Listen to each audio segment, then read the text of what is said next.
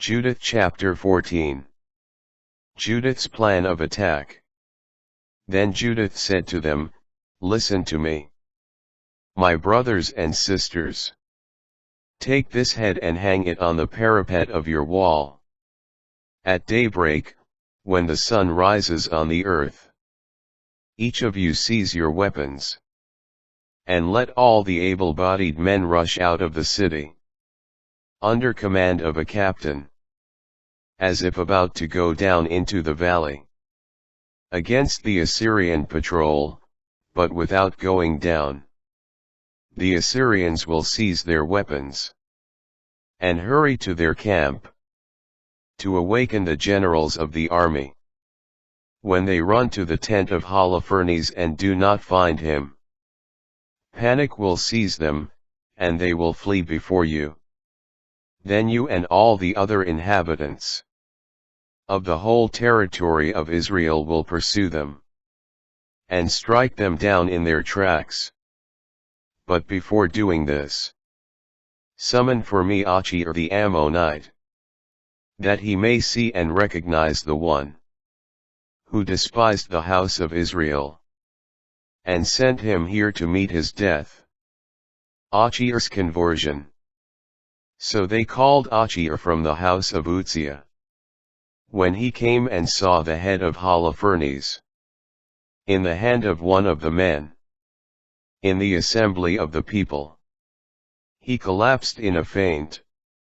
Then, after they lifted him up, he threw himself at the feet of Judith in homage, saying, "Blessed are you in every tent of Judah, in every nation. All who hear your name will be struck with terror. But now, tell me all that you did during these days."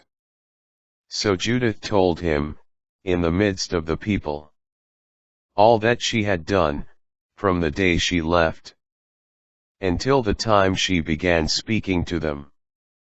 When she had finished her account, the people cheered loudly, so that the city resounded with shouts of joy. Now Achir, seeing all that the God of Israel had done, believed firmly in God. He circumcised the flesh of his foreskin, and he has been united with the house of Israel to the present day. Panic in the Assyrian camp. At daybreak, they hung the head of Holofernes on the wall. Then all the Israelite men took up their weapons, and went out by groups to the mountain passes. When the Assyrians saw them, they notified their commanders, who, in turn, went to their generals, their division leaders, and all their other leaders. They came to the tent of Holofernes, and said to the one in charge of all his things, "Awaken our Lord, for the slaves have dared come down against us in battle, to their utter destruction." So Bagoas went in and knocked at the entry of the tent, presuming that Holofernes was sleeping with Judith. When no one answered, he parted the curtains, entered the bedchamber, and found him thrown on the floor dead, with his head gone. He cried out loudly, weeping, groaning, and howling, and tore his garments.